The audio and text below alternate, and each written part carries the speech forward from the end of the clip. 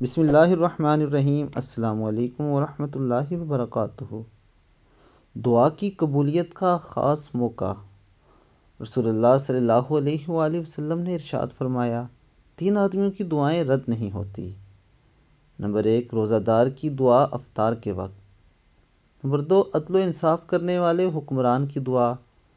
Number 3، مظلوم کی دعا۔ دوستو، روزہ دار کی دعا کبھی بھی رد نہیں ہوتی، کیونکہ روزہ دار اللہ تعالیٰ کی محبت اور عشق میں پورا دن بھوکا رہتا ہے۔ اور دوستو، اللہ تعالیٰ کو روزہ دار کا صبر اتنا پسند ہے کہ جب وہ افطار کے وقت اللہ رب العزت سے دعا مانگتا ہے تو اللہ تعالیٰ اس کے ہاتھوں کو کبھی خالی نہیں لوٹاتے۔ اور دوستو، عدل کرنے والا بادشاہ، عدل انصاف کرنے والا حکمران، اس کی دعا کبھی رد نہیں ہوتی۔ اور اس کی بہترین مثال ہمارے پاس نبی پاک صلی اللہ علیہ وآلہ وسلم ہیں، خلفائے راشدین ہیں، عمر بن عبدالعزیز رضی اللہ تعالیٰ عنہ جیسے عظیم لوگ ہیں۔ اور اس کے ساتھ ساتھ دوستو، مظلوم کی دعا، جب کسی پر ظلم کریں اور اس کے بدلے میں وہ اللہ کے حضور مظلوم شخص اگر دعا کرے تو اللہ اس کی دعا کو کبھی رد نہیں کرتا۔